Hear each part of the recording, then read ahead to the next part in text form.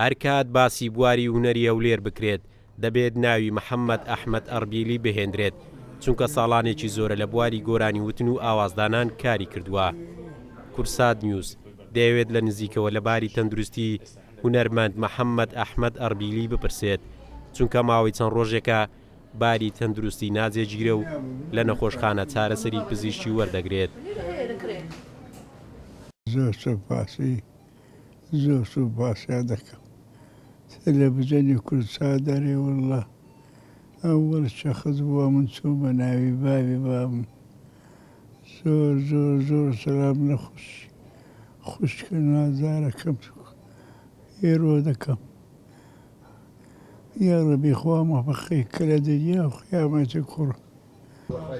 هونەرمەندانی هەولێر محەممەد ئەربیلی بە مامۆستای بواری گۆرانی وتن و ئاوازدانان لە قەڵەم دەدەن. یەکێک لە هونەرمەندانی هەولێریش باز لە ڕۆڵ و کاریگەریەتی ئەو هونەرمەندە دەکات کە خزمەتێکی زۆری بە هەولێر و کوردستان گەیاندووە. محەممەد ئەحمەد گەورەیە. محەممەد ئەحمەد لە بواری هونەری لە شاری هەولێر ناوە، تاریخە، ئوستازە.